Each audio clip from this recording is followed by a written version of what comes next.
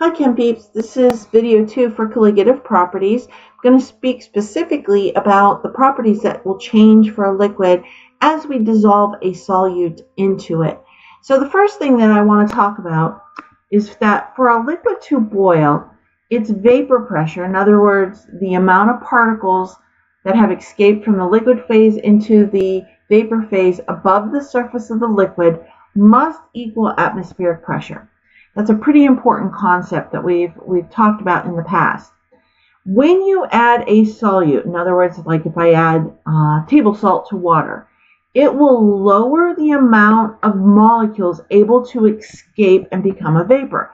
That's why the vapor pressure is going to decrease for a liquid when we dissolve something into it, because less of its liquid is escaping into its vapor phase, thus lowering the vapor pressure. We also know that the boiling point is going to increase, or it's going to elevate. Remember in the first video I talked about a beaker of water, represented, circles are the water molecules.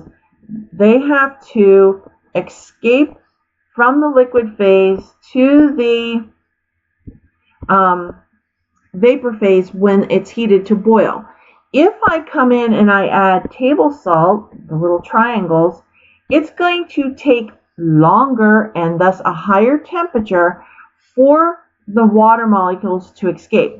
We actually can calculate an actual value of how much it affects the temperature to boil. And so the change in the temperature of boiling is equal to I. This is the Van Hoff factor. So if I add table salt is ionic. It's going to dissolve into two particles, sodium ions and chlorine ions, and this is going to be our I factor. K of B is a constant. You can get that from your index or your chapter on colligative properties. Here you can see for water, it has a constant of 0.52 Celsius per mole, and then M is molality. Remember, molality is the moles of solute over the kilograms of solvent. And the reason we use molality in this formula is because molality is not temperature dependent. In other words, I can increase, decrease the temperature, and the concentration remains the same because there's no volume in the formula. Likewise, if we go over to the right side of the screen, you can see we're going to talk about depression of freezing point. For something to freeze, the molecules must align into a lattice.